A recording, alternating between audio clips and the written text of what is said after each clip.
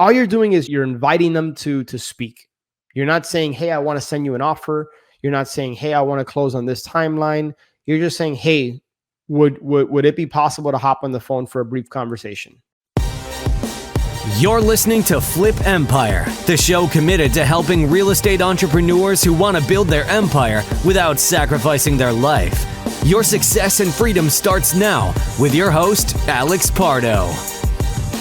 What you're not saying in the letter is just as important as what you are saying. And I'm going to get to what you should say in the letter, in my opinion. But again, what you want to do is you want to avoid any specifics about an offer, right? You want to avoid using jargon like we buy with cash, we buy as is. You want to specifically avoid the timeline of when you want to buy it. We've made this mistake several times when we'll say, hey, we can close in as little as 10 days or in as little as 14 days. Let me ask you a question though. What if that's actually a disadvantage? What if the thought of somebody selling their house and being moved out in 10 or 14 or 30 days is the reason they don't call you?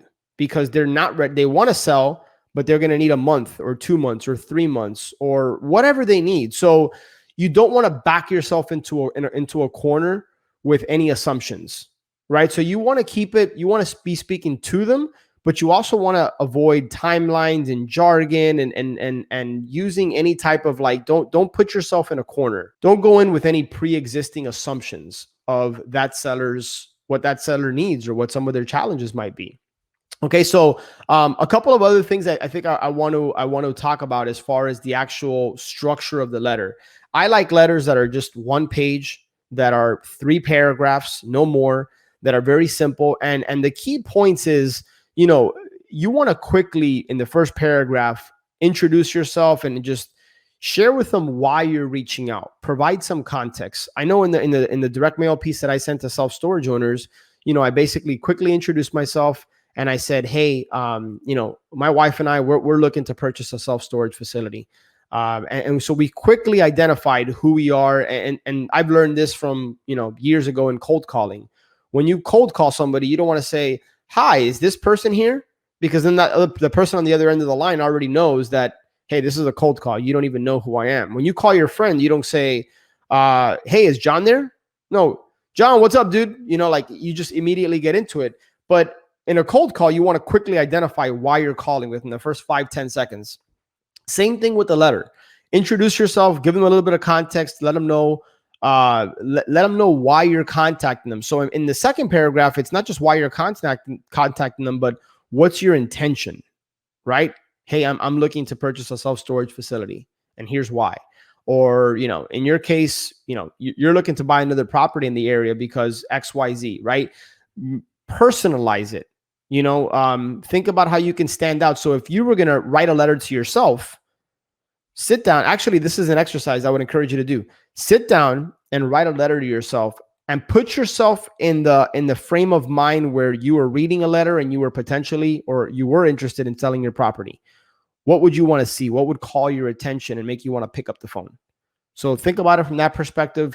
That's an exercise I want to challenge you with, is actually with a pen and paper. If you want to do this on a Word doc or whatever, write a letter to yourself, but I want you to write it as if you were reading it and you were somebody who was interested in selling your property. I think that'll really help you separate yourself from everybody else. The last paragraph that I think, a key element of a good letter is make an offer and make sure that the call to action is non-threatening. So in the letter that we used, I basically asked, I said, hey, listen, would you be open to just having a brief conversation at some point about, possibly selling your property?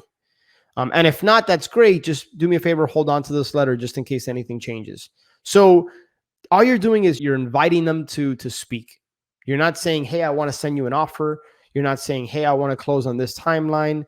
You're just saying, hey, would it be possible to hop on the phone for a brief conversation? Hope you enjoyed that episode. But before you go, I've had a lot of people recently reach out to me wanting to learn more about Ascend, wanting to understand how the mastermind component works, how the coaching relationship works. And so right now we're actually on a waiting list. But what I would encourage you to do is, if you think you're the right fit and you think you could benefit, from being a part of our community, head over to ascendyoursuccess.com, watch the short video, and then just click the apply to join button below.